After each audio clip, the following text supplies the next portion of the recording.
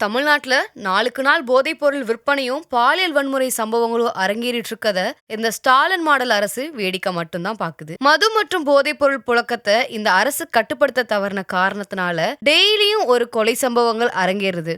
தினமும் நியூஸ் பேப்பர்ல கொலை சம்பவங்கள் தான் பிரதானமாவே இருக்கு. கொலை சம்பவங்கள் நடக்காம இருக்க நடவடிக்கை எடுக்க சொன்னா இனி கொலை சம்பவங்கள் குறித்து எந்த செய்தியையும் வெளியிட வேணாம் அப்படின்ற மாதிரி ஊடகங்களுக்கு மறைமுக கட்டளை விதிக்குது இந்த பேனாவுக்கு சிலை வைக்க துடிக்கிற பெண் அமைப்பு. தூத்துக்குடி மாவட்டம் கோவில்பட்டி பக்கத்துல ரேஷன் அரிசி கடத்தல ஏற்பட்ட மோதல்ல பெண் உள்பட 2 பேரை கொலை செஞ்சிருக்காங்க. சொத்து தகராறு காரணமா வீட்டுல தனியா இருந்த பெண்ணை கட்டையாலேயே அடிச்சு கொலை பண்ணிருக்காங்க. கூடலூர் பக்கத்துல டாஸ்மாக்ல யாரு முதல்ல மது வாங்குறது அப்படின்ற போட்டியில இளைஞரை கொலை பண்ணிருக்காங்க. தென்காசி மாவட்டம் பாவூர் சத்திரம் பக்கத்துல ஒரு பெண்ணை கழுத்தை அறுத்து கொலை செஞ்சிருக்காங்க.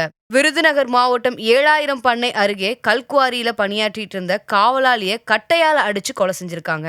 கடலூர் மாவட்டம் சின்னாக்கண்ணங்குப்பம் பக்கத்துல 40 வயசு மதிக்கத்தக்க ஒரு ஆணோட சடலம் இரத்த காயத்தோட இருந்திருக்கு. கோவை மாவட்டம் பொள்ளாச்சி பக்கத்துல தனியா வீட்டுல இருந்த ஒரு கல்லூரி மாணவிய கத்தியால குத்தி கொலை செஞ்சிருக்காங்க. இந்த மாதிரி தினமும் கொலை சம்பவங்கள் நடந்துகிட்டு தான் இருக்கு. தமிழ்நாடு அமைதி பூங்காவா திகழுது அப்படின்னு பொய் பிரச்சாரம் மேற்கொள்ளாம ஆக்கப்பூர்வமான நடவடிக்கை எடுக்கணும். அப்படி இல்லனா மக்களே அதுக்கு உரிய தீர்ப்பை வழங்குவாங்க.